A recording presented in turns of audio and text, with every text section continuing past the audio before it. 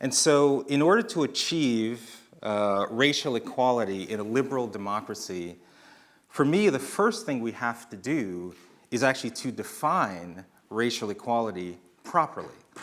And so my definition actually rids us of the prefix of racial and just focuses on equality of opportunity for each individual, regardless of race, and not equality of outcome by each racial group.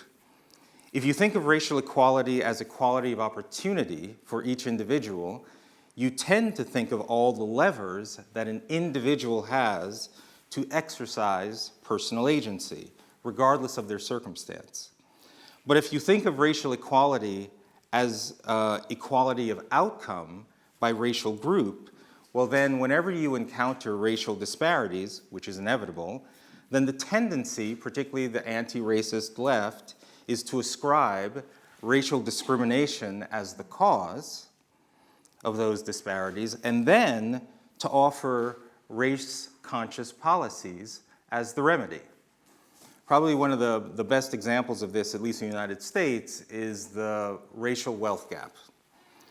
And so if you look at the 2019 Survey of Consumer Finances, the average white family in the United States has about $160,000 more wealth than the average black family.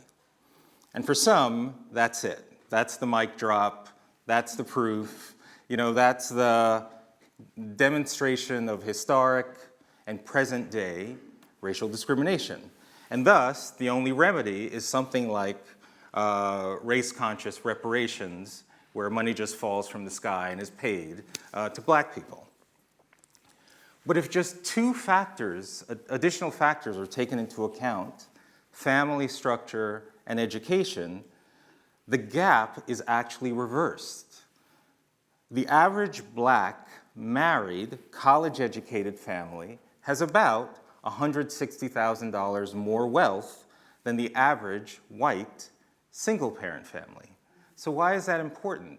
Well, for someone like me who runs schools, it's a message that we can send to our students that there are factors outside of race that can be much more prominent in driving human flourishing.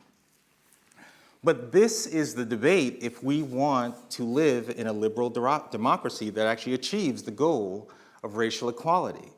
Because there's a whole other ideology pushing against this. Nikole Hannah-Jones, who some of you may know, is the lead author of the New York Times 1619 Project.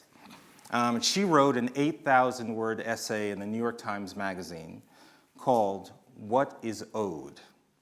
And in it, she makes the point that black people are essentially powerless to close the racial wealth gap.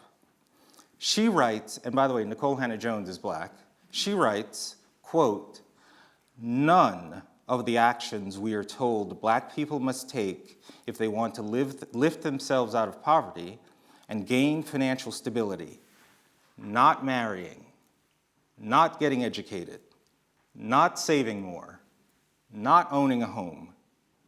None of those things can mitigate 400 years of racialized plundering," unquote. None of those things. Just think about that message of futility. Now, mind you, Nikole Hannah-Jones, in her own life, has done all four of these things. And she leads a very quite prosperous life. And good for her. She's identified the levers for her own success. But unfortunately, she does not preach what she has practiced in her own life. And for those of us, we have to have the courage to call that kind of behavior out. I run schools, particularly in low-income communities, serving exclusively Black and Hispanic kids, because I want my students to understand the pathways to power that do exist for them. That their decisions around their education, their work, their faith, the timing of family formation, all of those things matter far more than their race. And if we lived in a society for which that message was constantly surrounding young people, I think we'd achieve this dream of racial equality, of opportunity.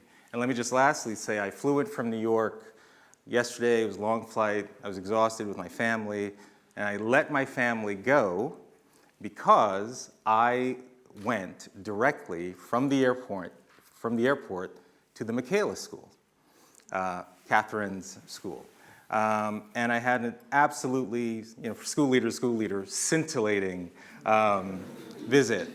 But let me just say, sitting in a room with 100, 150 kids, all reciting Invictus by William Ernest Henley. Just imagine an entire room of uniformed kids, a kaleidoscope of colors, vigorously saying, "I am the master of my fate. I am the captain of my soul." There is no victim in that room. That's the kind of education and leadership that will get us to the kind of liberal democracy that I think we all seek to achieve. Thank you.